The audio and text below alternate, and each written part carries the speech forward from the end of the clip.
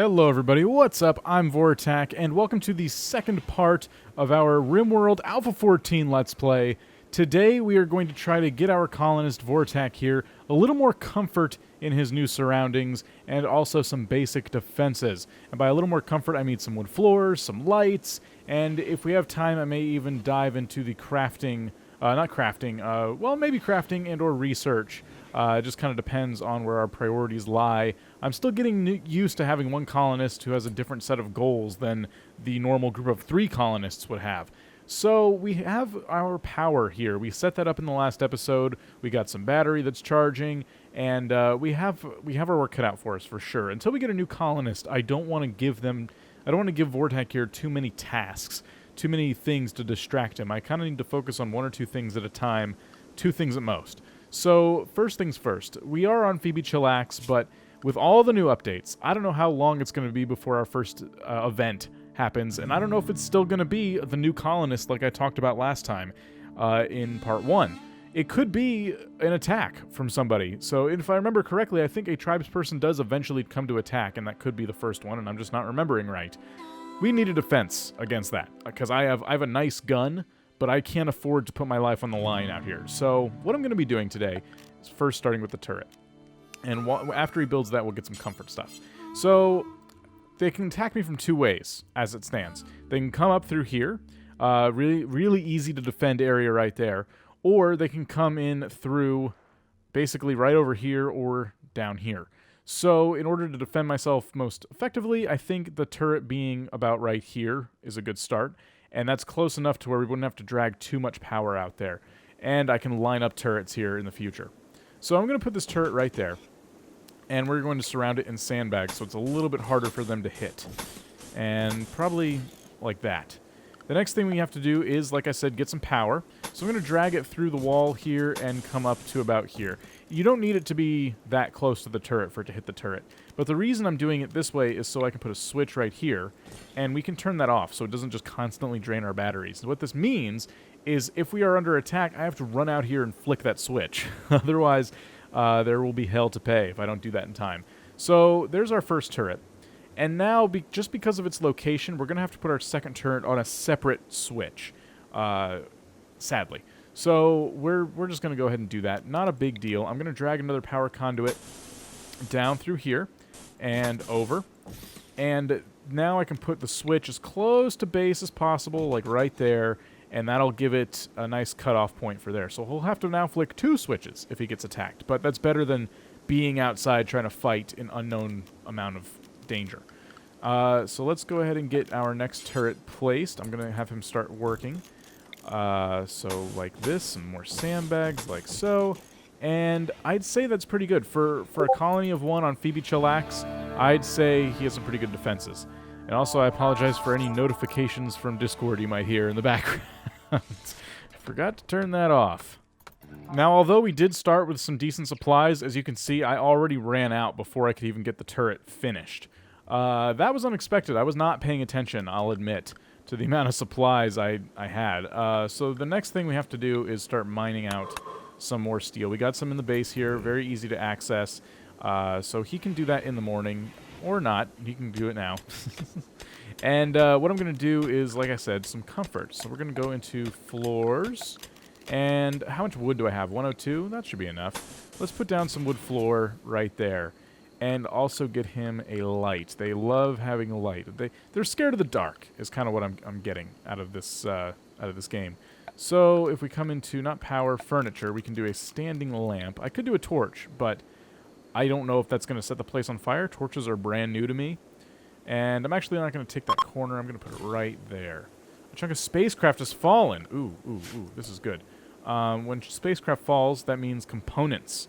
And that is way the hell out there. I'm going to save that for another time. He has a lot of work to do today, and he's all alone. So we can dismantle this for components. We have 21 components, which is great for the amount of things we really don't need right now. So I can wait on that. It's not going anywhere. So that's good. He's starting to put down his floor. I guess the comfort's a little more important to him than the defense, because his mining is slowly but surely coming along. I'm going to have him mine into there. There's a cool mod that lets you actually vein mine. So you can click one of these metal ores, and it highlights all of the hidden ones that you don't see. Which is really, like, once you get into modded RimWorld, really nice. The fact that we now have Steam Workshop support too, awesome. I cannot wait to see what happens with the modding community in RimWorld now. Ah, yes, there's turret number 1. The switch is flicked on, so that means we are now draining power at not such a bad rate because we only have a standing lamp. That's not even built. We have nothing draining our power except for this turret. I'm still, in any case, going to toggle this off. And this one as well. A Wanderer joins! There's our first event! Since it looks like you'll be here for a while, Vortec thinks you should give the community a name. Oh, alright. Our Wanderer's naked, but we'll get to that in a sec. What should we name this one? How about... I always pick crappy names.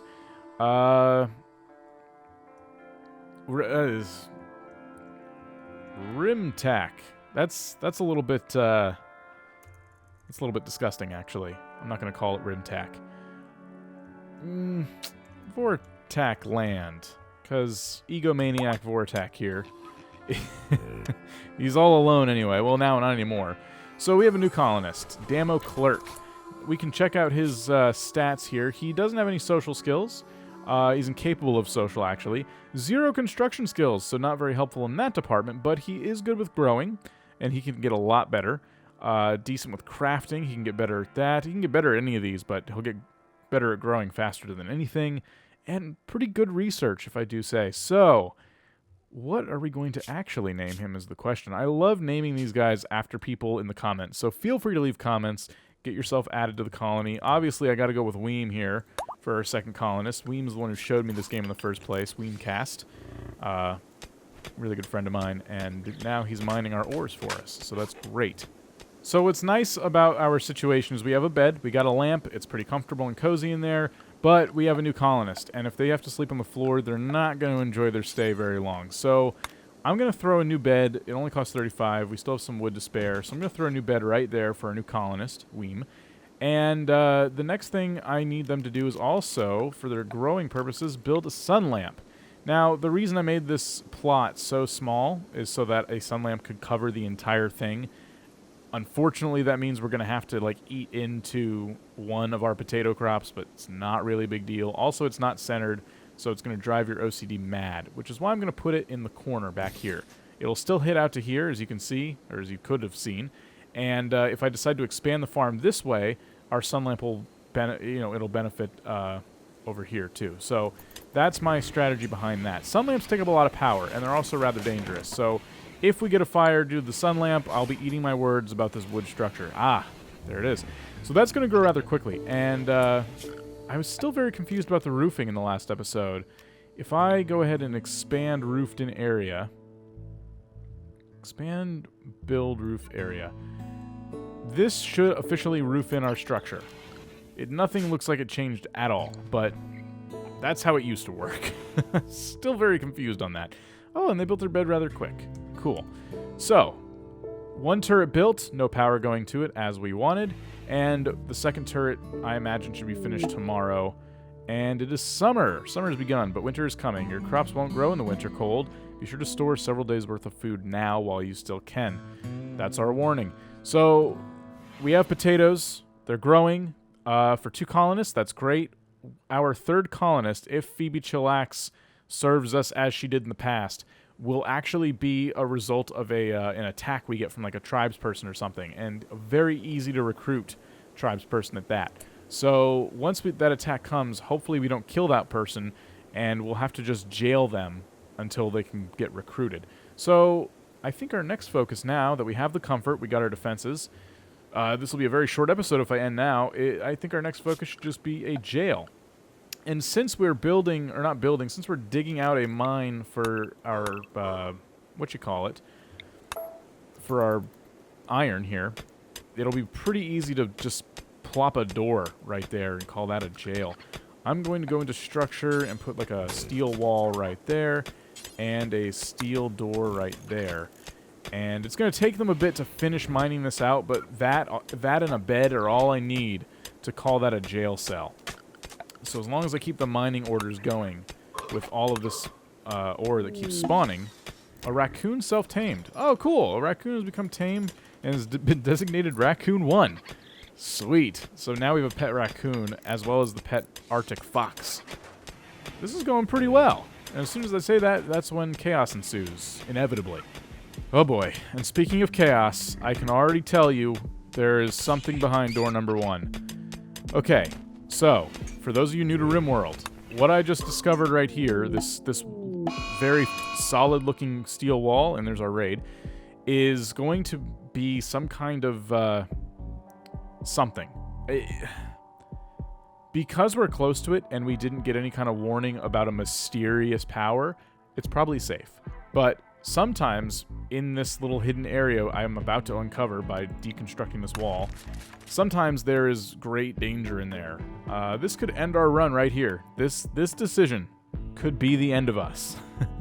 And now I have 2 things to focus on because we have a raid. Why don't let's one thing at a time. Let's cancel that, but you kind of see where I'm going. Because we have a raid, a couple things. We're going to flick on these switches. If their priorities are set properly, which they're just kind of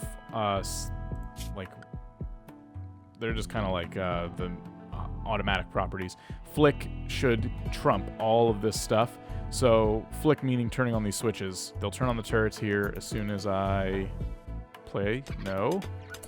Okay, well we can just prioritize it. So Vortac flicks that switch, Weem flicks that switch, our turrets will be on. And then the next thing I can do is recruit them and have them hide in the house. Let's see what the raid says. They'll prepare for a while and then attack. So this is the tribesperson I was just telling you about. This guy is probably pretty easy to recruit. And a couple shots with a turret and he should be good. Oh my gosh, what is this? She dead? She's downed. Uh-oh. Okay. This is a random colonist that fell from space. And because she's hanging out by this tribesperson, she's not going to be of any... Well, no, or she's just a passerby and this tribesperson beat her to death, or near death. Because I don't even have the prison done yet, I can't help her. They're too close to the tribesperson, but that would have also been someone we could have tried to recruit. So while they prepare, let me prepare by building a bed. We need a bed for our hopefully new prisoner. I'm going to stick that right here and have Vortac... Oh, you know what? Because we're out of wood, that's not going to work. I'm going to have to make this out of metal. But it's a prison bed, so I don't really care that it's made out of metal. They can sleep on a sheet of metal for all I care. So let's have Vortac prioritize not cleaning rock rubble, but... Ah, yes, building that bed. There we go. We're going to call this prisoners. And we can still mine this out. We can still use this area for our mine, but now a prisoner will be occupying it. We have plenty of medicine. We have plenty of food. I am ready to take this guy on. And it looks like our mine is almost complete. The pirates from Nutty Spiders are beginning their assault. Pirates? I don't even have to hide them, really. Like, I should, but all I need to do is wait. He's going to walk up here. That turret's going to shoot at him a little bit. Oh. Oh, hold on. He got through. Okay. Okay. No more screwing around. Vortac is recruited. Weem's recruited. He's not going to move. Okay, Vortac needs to run. Ow. This is not good. Run, Vortac. I should have been safer. I did not practice safe raiding practices. Great. Whew. All right. Let us capture. I'm going to use Weem to capture Mullen. And Vortac is going to need some bed rest. He was just hit with a club. So we're going to turn his bed into a medical bed and have him go ahead and I'll let him eat, but next thing is rest until healed. He's going to do that on his own. Okay, well, that was a little more eventful than I had anticipated, but it's done now. I can turn these switches off once again to save power, and it should be a while before our next attack. I've just played Phoebe Chillax so much that I felt all of that coming on. But nice. So Mullen is there, and when they wake up in the morning, I'll make sure Vortac's okay before... Oh, looks like he's all right. Before deconstructing this wall right here. Right now, they're just kind of healing the prisoner. I'll show you that real quick. We can say he gets the best quality medical care. because we have 40 Glitter World medicine, and we're trying to chat and recruit him to the colony. So now they will attempt to do that as they heal him. Wow, this is all happening very fast. I was hoping to skip ahead to morning, but someone new joined the colony. Chimp. Okay, well, that's a little bit unexpected. How about we rename you Mojo? I know you're a dude, and Mojo is not, but there we go. You're now named after my lovely girlfriend Mojo, and I hope you serve us well. Mojo is going to go ahead and clean the cell up. Not that this prisoner deserves it. Vortex sleeping on the ground. No injuries to report. That's good. He does not want to sleep in a medical bed, so we'll turn that into a regular bed and set him as the owner so our new colonist doesn't take it. And we're going to need yet another bed. So, wow, this is going well, but it's just not happening as I intended it to happen. Our new colonist Mojo has built her own bed. She can sleep in it too. And once again in the morning, we will knock down this wall. Hopefully we'll get this prisoner recruited. This has been a crazy episode so far. Now that we have 3 colonists, the best thing we can possibly do is make sure that their roles in the colony are very evenly set. So because Weem isn't very good at construction, he's not listed as someone automatically who's going to do construction. I'm going to leave it that way, but everyone is responsible for repairing, and whoever has any medical expertise at all can be a doctor, including Weem, because we're just so short on people. We have a couple researchers, cleaning, hauling, no crafting. I can go ahead into manual and prioritize these very meticulously, and I will eventually, but for now I'm going to leave it like this. And I'm going to set a big order on cutting down trees, because I want to expand the base, but we need more wood for sure. So, because I want to expand out into here, I'm going to take these trees from here. And that should leave us with a decent amount of wood, I believe. And as they do that, they are going to be feeding the prisoner and trying to recruit him. And if they do, that's going to be 4 colonists right off the bat, which is awesome, because I'm used to starting with 3. I mean, I've never had 4 this early on. So we're hoping he can get recruited. And we can actually see the chances of that by clicking on him. Checking out prisoner. Recruitment difficulty, 36%. Normally, it's a lot worse. So 36 is decent. We can probably handle that. And if we do go into manual, or not manual, just the priorities, we can see who is good at being a warden. We have 3, and we have 2. So Vortex is the only person who is responsible for the prisoner and the most qualified to negotiate with the prisoner to try to recruit them. And it'll tell us here in a second. He's chatting him up. Recruitment failed, 6.4% chance. Once we feed him some more food and get him happier, he will be more apt to be recruited. Now, the other thing we have to worry about with 3 colonists and a prisoner is our lack of food. We have 160 berries still, but only 19 survival meals.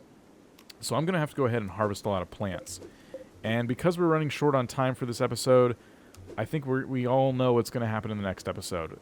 That's going to be a cooking episode, because we're going to need to start making some meals. Our first potato crop should be done relatively soon, and that and the berries we can harvest, we should be able to make some pretty decent meals to get them started. And then we have to think about winter coming.